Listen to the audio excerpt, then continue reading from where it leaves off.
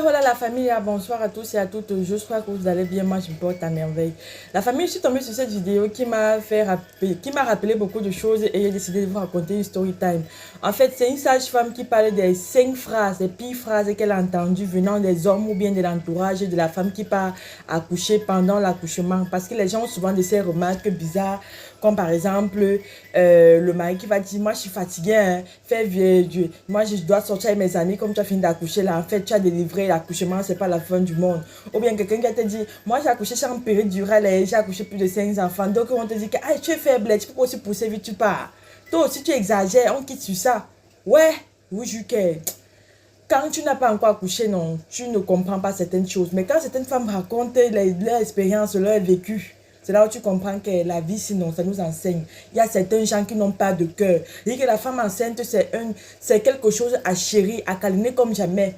Je vous dis que je ne comprenais pas ça, juste à ce que je tombe enceinte et j'accouche. J'ai compris qu'il faut respecter les femmes. Si je mets encore ma mère, non, je l'aime encore fois 1 milliard. Parce que j'ai appris c'est que la vie.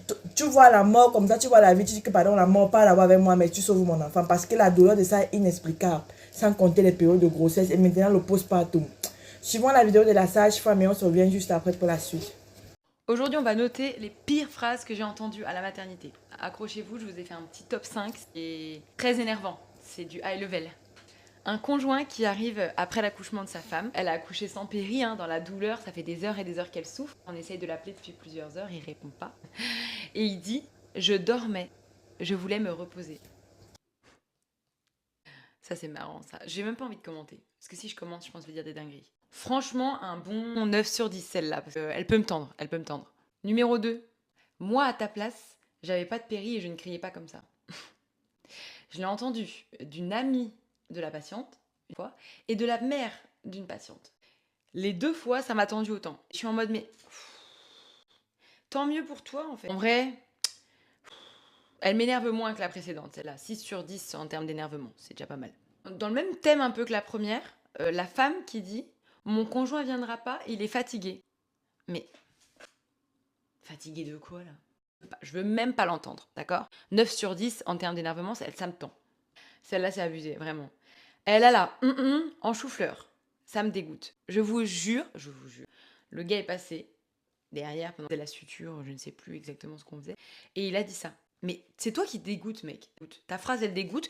Tout nous dégoûte, là, dans ce que tu dis. Tu peux pas dire des trucs comme ça. T'es en souffleur, ça me dégoûte. Ben pars! C'est quoi le rapport, là? Pourquoi on parle de ça? Va-t'en, c'est mieux, va-t'en. Ça, c'est un bon 10 sur 10, ça me tend. Franchement, je veux même pas l'entendre, là. La petite dernière, il lui a dit « Je vais manger McDo avec les copains, tu m'appelles si t'as besoin. » Pendant qu'elle accouchait. Mais elle a besoin, en fait. Elle a besoin, là. Allô, maintenant elle a besoin, maintenant. Domac avec les copains, quoi. Enfin, voilà, mais ça, j'ai même pas envie de noter. Ça, c'est hors note, carrément. J'ai entendu, mon cerveau a déconnecté. Il a dit, j'ai rien entendu. J'ai rien entendu. Bref, c'était une infime partie des choses qu'on puisse entendre absolument inentendables, tout simplement. Vous allez penser que je suis une sage-femme aigrie. Je ne suis pas une sage-femme aigrie.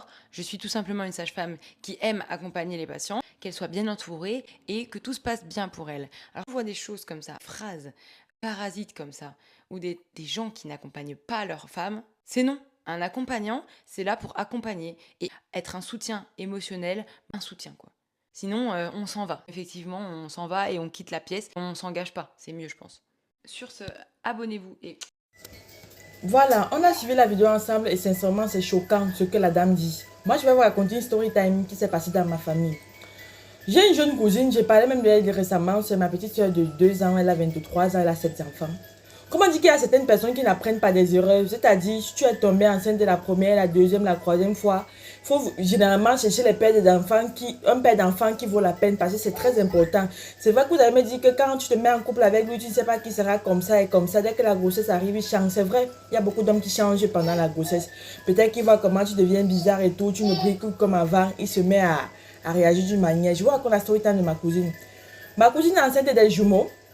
Elle n'a pas fait de layette, elle n'a rien fait, pas d'échographie, pas de visite. Ma soeur a décidé que, hey, qu'elle nous rend visite, ma grande soeur, que c'est pas bien, il faut qu'elle aille faire l'échographie. Arrivé à l'échographie, on découvre qu'elle est enceinte des jumeaux, que les enfants sont en position siège. Si aussi la grossesse est hyper avancée, c'est à 7 mois et poussière, elle doit subir une césarienne et il n'y a pas d'argent. On me demande donc que tu vis avec qui? Parce que c'est le genre de petite fille que quand elle tombe enceinte, elle disparaît d'abord. Elle revient seulement quand la grossesse c'est à 6-7 mois, quand c'est à cuit pour dire qu'on l'aide.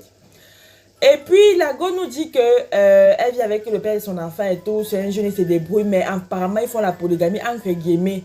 À la maison là-bas, il y a également une autre fille que le gars vit avec elle. Donc, elle ou elle a arraché le gars ou c'est comment. Ils sont dans la maison de la belle. Mais les histoires bizarres de pauvreté, à dormir debout, là, de misère. Je ne sais pas qu'elle insulte les pauvres, mais il y a des gens qui exagèrent.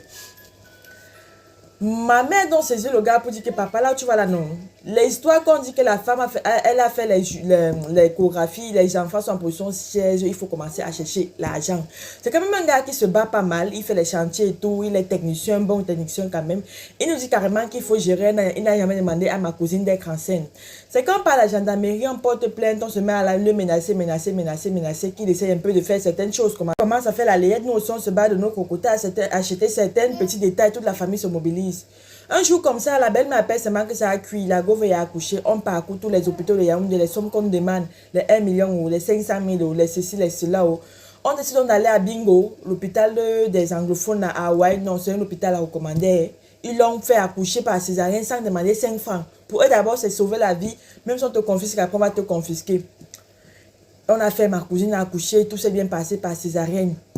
Au moment de payer les factures, le gars disparaît encore, on nous laisse avec nos cousines, ça ne donne même pas sur nous. Je pense que c'était un 400 000 comme ça là. On tape les mains, maman essaie, ma mère même essaie de faire des prêts dans les réunions, ça ne donne pas. Dieu merci quand même, on finit par la faire sortir de l'hôpital et tout.